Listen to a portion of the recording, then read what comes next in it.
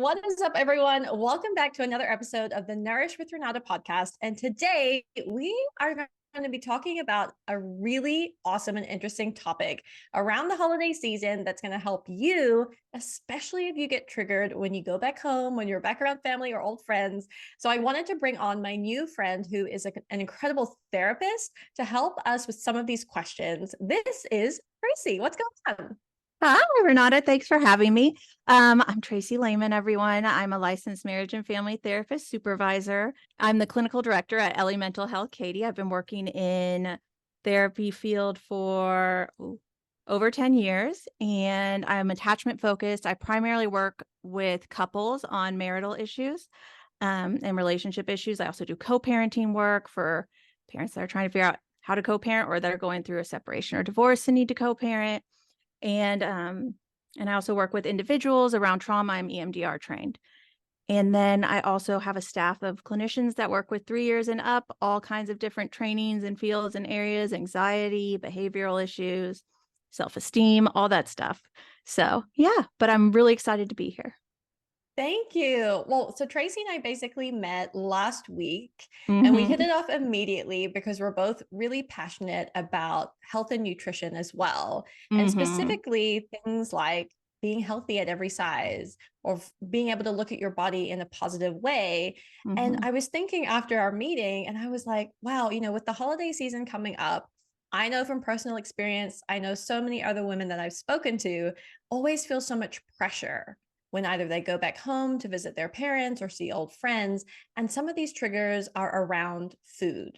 Like, Mm-hmm. why are you not eating that? Why are you eating too much, quote, too much of something else? Oh, people's comments saying, ooh, you're bigger or ooh, you're smaller. And Mm-hmm. all of these things really get embedded in your brain and have you perhaps overthinking or maybe even really anxious about going back into those situations. So I wanted to bring Tracy in to speak to that because I think it's a really important tool that we all can use as we navigate this holiday season. So Tracy, when someone is faced with this triggering situation of going back home and people making comments about weight or about food, what would be your advice to help them with that? Well, it starts with you, right? It's healing yourself. And so there was a wonderful dietitian I talked to forever ago, and she would say you have to create a bubble, right? And the bubble isn't just to protect yourself from other people, it's to protect yourself from the fear of judgment that you have. Because even if your mom, who, maybe was always about weight and like always made comments about your body, doesn't say anything this year, maybe she respects a boundary you set, you're still watching them, watching you to see if they're Mm, judging you, afraid that they're judging you. Right. And so it has to start with you. Am I aware of that? How do I make space for that? How do I offset that? Like, okay, maybe she is judging you and she's judged you your whole life and it's not any different. And so right now you're being true to yourself and you're working on your relationship with yourself in that moment. mm. Yeah, Yeah. the awareness is key. Yeah. And that's like my biggest thing around eating and health in our body is that we are in such a fast paced world. We want such an easy fix to things so that we don't have to feel bad. But all our feelings are part of our human experience. That's why they exist. And they give us information. They're actually the main way our brain understands the world. And so slowing down to develop that awareness, making space for those feelings, having a relationship with those feelings is the first step to being able to counter all these other things you're going to face in the world. That's powerful. I mean, even just that alone can open up a Mhm. whole world for people that Yeah. perhaps they've never been aware of before. Yeah. Yeah. It's an important process, but it's really hard because nobody's going to allow you to do it. You have to set boundaries and make that time for yourself, right? Especially when, I know men have issues around body image also, but we'll just talk about women just right now. Um, but women have been told how their body needs to be. They've been fed a lot of lies about what if their body isn't this way, it means. Then they have to take care of their children and their house and their spouse. And most households have to have double income. So they're also working. There's nobody giving us time to focus on ourselves and know ourselves. And so we have to be really intentional about checking in, slowing down, pausing, take a break. What's happening inside of me? And that's why I love intuitive eating. That's what it's about. It's about what's my body saying? I ate this food. Now my body doesn't feel good. Or I really want this food and I just wanted a bite. And then I ended up eating the whole bag of food. And now I don't feel good. Well, what are those things happening? What did we miss in what our body was telling us?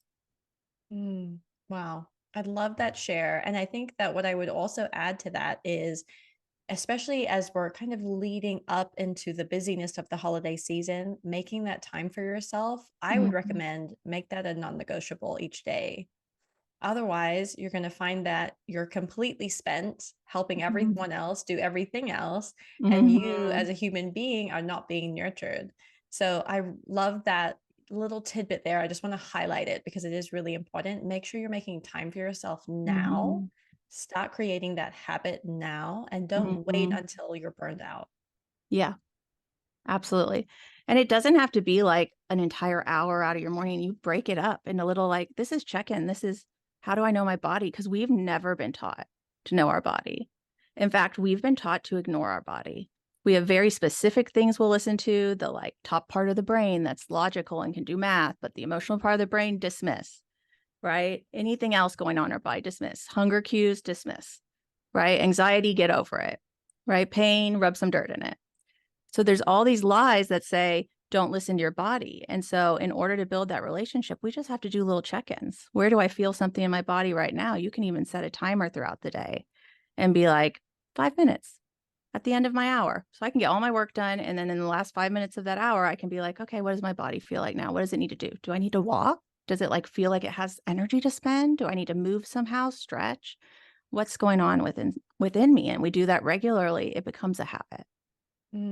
And I always like to think of it as a muscle, like we're just like Mhm, doing like a bicep curl for mhm. our internal awareness, you know? Yeah. Yeah, exactly. And our brain is a muscle. And also our brain has a use it or lose it mentality. And so Mm. we don't develop neural connections to things unless we're using them. And so it's really hard to start this process. There are so many people I say, what are you feeling in your body? That cannot tell me. They have no connection to their sensation. So we have to slowly start rebuilding all those pieces back in. And it Mm. takes time and it takes work. It's hard. It is. It can be really challenging and really uncomfortable Yeah. because, just like you said, maybe you have been conditioned to, oh, you feel pain, walk it off, choke it back, Mhm. all these Mhm. things. And I totally resonate with that. And it's so much more empowering when you get in contact with those things going on within, because then you have an understanding of self. You can then approach these situations like we're talking about with an Mhm. incredible self awareness, and you don't have to just react Yes. things are happening, you can then thoughtfully choose how you're going to respond. But Yes. Slow one of the down. things I really wanted to ask you, actually, because you shared this from a book when we first met, Oh. and we were talking about the lies of Mhm. women's bodies, women's physiques Mhm. specifically, and how that's Mhm. changed over the years. I'd love for you to share that because that was such an amazing excerpt that you shared. Yeah. So that is from a book called Burnout by the Nagoski sisters, and it is fantastic. It's such good information.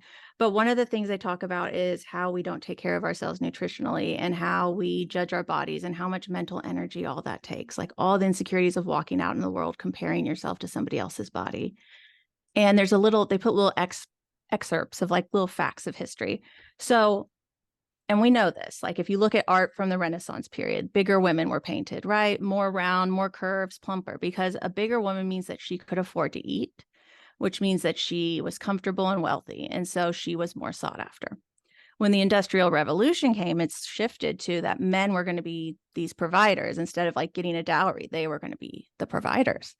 And so a sign of wealth became for your wife, the woman you chose, to be too fragile to work, which meant a thinner, less muscular, weaker looking body. And Mm, that is what it is. wow. We started. And I think that's so fascinating because when we look at, for instance, 90s model shapes, right? Mhm. And there's several models that come to mind when I say that, they were very much admired Mhm. for a similar looking body shape. And interestingly, as time progresses, you know, there are different trends with body shapes that come into fashion, so to speak. Mhm. And I wanted to bring up this idea of body image and how influenced we are by society, by conditioning from social media, you know, now in recent ages, and use this as perhaps knowledge for people to take with them as we go into these familial experiences, because ultimately I think many women have judgmental people in their families that might Yes. make a comment about the way that you look. So how would you then respond, or how would you guide someone to respond thoughtfully in those kinds of situations? Yeah, so that's an excellent question. I have so many thoughts. Let me organize them really quickly. Okay, Yes. first of all, when we are judging our body, it's usually a reaction.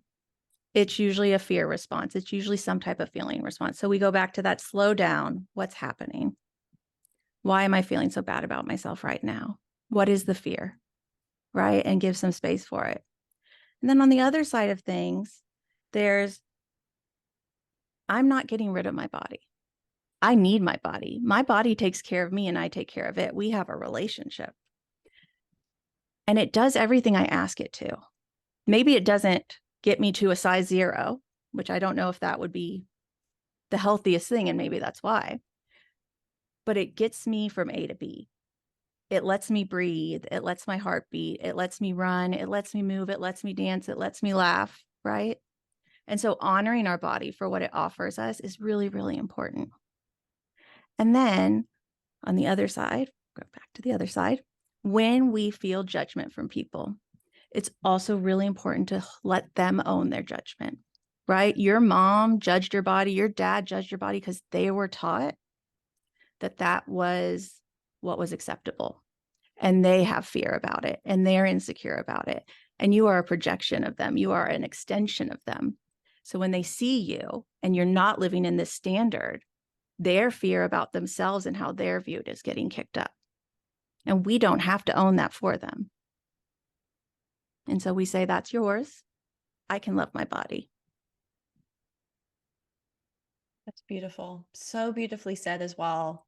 I think Thanks. for some people, what they might hear when you say that is, okay, that sounds great in practice, Mm-hmm. right? That sounds great theoretically. Mm-hmm. How do I actually start doing that? How do I start loving my body for all the great things it is doing when I've been conditioned for years and years and years to think otherwise?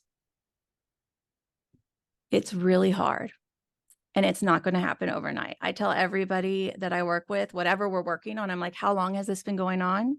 Okay, we're not going to solve it in a week, right? 35 years of building this belief about yourself is not going to be undone in a day. It's going to take time and it's going to take work and you're going to have slip ups, but you're going to learn. Our brain wants to learn. Our body wants to learn. Right. And so a lot of it is just the practice of noticing, checking in. What's this belief? Where does it come from? What do I want to do with it? And then if you have little ones watching you, I think about that a lot. Like I have 2 little girls and I never talk about weight. And somehow still I hear them being like, you're skinny. And I'm just like, oh, that's so not the point. Right. Yes. And so I'll be like, well, what does your body want to do right now? You know, does your body want to move and dance? And my body lets me hold my girls. They don't judge my body. Right. Yeah. Um, I don't have, here's my own personal insecurity that I judge from having a baby, their skin stretched, right, on my Yeah. lower pelvic area. And I can't do Mm, anything about it. It's there. And it's something that it took me a long time to be like, but that is there because my body accommodated my children so that I could have them and bring them into the world. mm, I love that it did that. Why am I going to be mad at it for giving me a gift? mm. So it's just a shift and it takes time. Like there's a part in my brain that still goes, nope, that's a bunch of BS. You're just feeding yourself lies, right? To make yourself feel better. But no, it's true. That's true. And I can still feel insecure about it at times and hold space for it's that way because it gave me a gift. Mm. And I think what's really important about what you mentioned is that this is a journey. This is Mm-hmm. not like we flipped a light switch and I'm cured. I have Yeah. amazing body image now. Yeah. It is very hard. Yeah. I would say Yeah. probably the women out there who even say they have wonderful body image still struggle. Oh, It's yeah. just it's just around us all the time. And so it's Right. just maybe that they notice that it comes up and they have some tools to offset it. Mm. I'd love to talk about the difference between, because I want to make this really true distinction, at least through my experience. When that self judgment thought pops up, I want to make the distinction between shoving it down and ignoring it and actually acknowledging it to be able to shift it. Mhm. Because I think that sometimes that distinction isn't well discussed. Yeah. And it's really important to create long term sustainable change in how you're thinking about your body. So, could you Mhm. highlight that a little bit more for us? Yeah, absolutely. So I'll go into a little bit of brain biology. Our brain actually exists throughout our entire body. We have hundreds of thousands of neurons on our heart, on our stomach, every part of our body because it communicates with our brain. How else are we going to tell our body what we need from it, right? And so really it's about tuning in to the sensation in your body and tracking what that might mean. Usually stomach is fear-based because a lot of stuff with survival happens in the stomach. So if you notice your stomach is feeling funny, we can make room for it. We can make space for it. And it feels uncomfortable. It does. But when we make space for it, we have some room to tolerate it, right? If we're fighting it, we create intolerance. Mm. I often use this analogy about needles. Like somebody who has diabetes has to poke themselves with a needle every day, several times a day to check their blood sugar. They have tolerance to that needle. Somebody who's never had to be pricked by a needle has to go in and get blood work done, might have huge anxiety. They might freak out. Their muscles might tense up, right? And so building tolerance is making space for this uncomfortable feeling and sitting with it and noticing that you want to run away, noticing that you want to shut it down and breathing through it and staying with it because it's going to give you information. I love that. That's literally the perfect analogy for that. Mhm. Because sometimes it's hard to visualize or to see, like, okay, I get it. You're talking about making space, but what does that mean? And that analogy is so helpful. So thank you for Mhm. that. Yeah, absolutely. Yeah. Took me a long time to come up with that one. That's a good one. Keep that one. I might steal it. Thanks. Just kidding. Yeah, no, you can have it. Anyone can use it. It's Okay, great. it's helpful to know to because that's how our body works. We have to feel everything is scary at the beginning. Our body thinks things that are new are scary. And so we have to give it space to feel it so that it can become less scary. Yeah. Yeah. Building up your tolerance, just like building Mhm. up your tolerance to needles. I love that. So Mhm. I feel like this really brings us into one of the things you wanted to discuss today, which is healthy at every size. Mhm. So can you explain what that is? Because there may be some people that have not heard of this idea. Yeah. So health at every size is a model of understanding our bodies, and it's a movement actually, but it's about that the size of your body does not determine how healthy you are or moral you are or good you are or whether you're lazy or not, right? There's actually really good research out there that shows that your weight is not as correlated to your health as you think it is. In fact, what is correlated is the stigma about weight, because when people who are in a bigger body go to the doctor will see those numbers. They've been programmed to believe the weight is the issue, and they will miss stuff. They will dismiss feelings. They will dismiss symptoms and say, you've got to lose weight. And so people will go longer with unhealthy issues because of the weight stigma, not because of the weight. Wow, that's huge. And I know Mhm. that we've discussed separately, sometimes we don't have supportive doctors Yeah. that help us to find the real cause of some ailments that we might be experiencing or be able to look at things in a holistic way. So I Hmm. love that you brought that up. I think that's a really important point Hmm. because I myself, as I've shared with you, have had so many clients that say, oh, all my doctor did was tell me that I had to go on Weight Watchers or I had to go on Whole30, something to Hmm. that effect. Yeah. And there's so much, I mean, doctors are great. I don't want anyone to think that Yes. I'm like downplaying doctors, but they only have so much time to learn everything, right? And Yeah. so they get maybe one course on nutrition and diet in school, and then they have to go, focus on whatever their specialty is. So it's not like they circle back to it very often, or most. I'm not going to say all. Some doctors are very diligent about checking all those things. True. There are things that have come out in the research that nobody's talking about, like set point theory. Set point theory says our body has a weight it likes to be at, that it is the healthy weight for our body. It's the one our body will choose. And in survival mode, which means that our body thinks it's being starved, right? So when we go on a diet, we restrict calories, our body, our mind, it's not as advanced as we think. There's only a top part of the brain that really understands time and what's happening now. The rest of the brain does not have a sense of time, does not know the difference between public speaking and a saber-toothed tiger coming to eat you, right? It doesn't have that kind of distinction. It doesn't have time for it because we're surviving. And so in survival, if our brain and body think there is a food shortage because you have restricted calories, in the future, I am going to hold on to weight more heartily because I do not want us to die in the future when food is scarce again. That's how our body Exactly. works. Yeah. Yeah. And it The takes a body is really, smart. yeah, really smart. I mean, it's our brain is our body. They're the same Yeah. thing. They're connected. Yeah, I love that share. It's so important and definitely one of the things that I really highly recommend, especially as women, that we think about, because when we do decrease our calories too much, it Mm-hmm. does have a massive impact on things like hormone regulation. Mm-hmm. And for us as women, right, there's a lot of hormones going on every single month. We have our menstrual cycle. And Mm-hmm. if we're noticing, and this is apparent in so many people, such as female athletes or women that do have eating disorders where they've Mm-hmm. severely restricted their calories, things like their menstrual cycle will stop because of the calorie restriction and its impact on hormone regulation. Yeah. Not to mention that our body needs fat. There's a reason it Yes. exists. Everything exists for a reason in our body. It's not like something just put it there for no use. Everything is useful, right? And so fat has a use. And when we don't have fat, there's things that don't get processed. Our heart doesn't do well with calorie and nutrient deficits. A lot of people with eating disorders have a lot of heart issues in their Mm. as they get older. Hair loss, like there's so many things that we're missing out of just to like achieve this ideal that's been put upon us that doesn't make us feel better. I did Weight Watchers and CrossFit for my wedding. I lost the weight. I did not feel better in my body. I did not feel better when I looked in the mirror. I just kept seeing the flaws.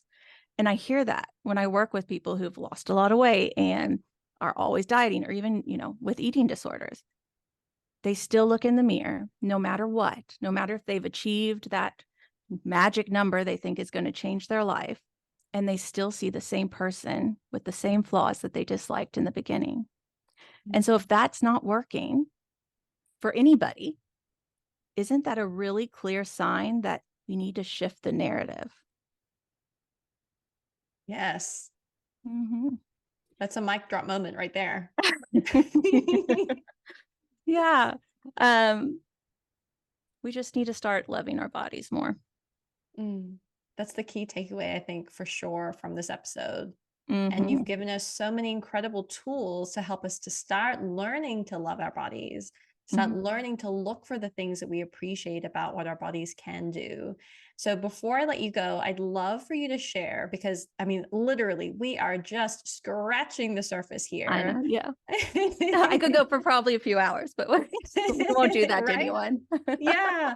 Well, and this is such an important topic, because what I really wanted to do, as I mentioned, is be able to share with people tangible tips that can help them this holiday season when they are faced with comments, judgment, whether it be from self or from others, Mhm. how you can start now to really build up your tolerance, to really give yourself that time and space to work on you first, so that Yeah. when you are faced with inevitably the external situations changing or not being as you would normally like, you know what you can do to help you feel better, to feel good in your body, to love your body more. Mhm. But I would love for you to share how people can get in touch with you, because you have so much incredible wisdom. And I would love for people to connect with you as well. Yeah. So elliekaty.com. So the clinic that I'm directing is called Ellie Mental Health Katy. We're in Katy, Texas. And elliekaty.com, there's a contact info at the top to be able to reach out to our admin. And we're also on Instagram at Ellie Katy, Texas. and Facebook at Ellie Mental Health Katy, Texas. Awesome. Incredible. Okay. Last thing. Okay.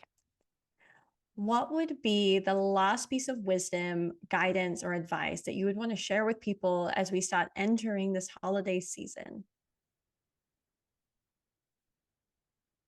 Slow down. Be intentional about slowing down. Really make that time, because the holiday season is hectic. And if we need to have awareness of ourselves and build a relationship with our body, we have to slow down to do it. Set boundaries, say no to things. It's okay. Not everything has to be perfect or done or achieved. Choose what's meaningful to you and build a relationship with yourself. Wow. Amazing. Thank you so much for chatting with me today. I absolutely love this conversation, and there's literally so many more things we could talk about. I know. Absolutely. No, thank you so much for having me. This was so fun. I love getting to talk about this stuff. Oh, amazing. Guys, make sure to connect with Tracy. If you have any questions, drop them below, because I would love to bring Tracy back on because she has so much incredible knowledge to share. So this is just me without telling you beforehand. Would love to have you back on. I'd be happy to come back anytime. Thank you. Okay, this was such an incredible episode. Please make sure that you share it, because this is how we can start changing that narrative. This is how we start shining a light on the areas of how we've been programmed about our health, how we've been programmed about our bodies, and really start shifting the conversation so that we can all feel empowered and learn to love our bodies more. So thank you guys so much for watching and listening, and we'll see you on the next episode. Thanks, guys. Bye.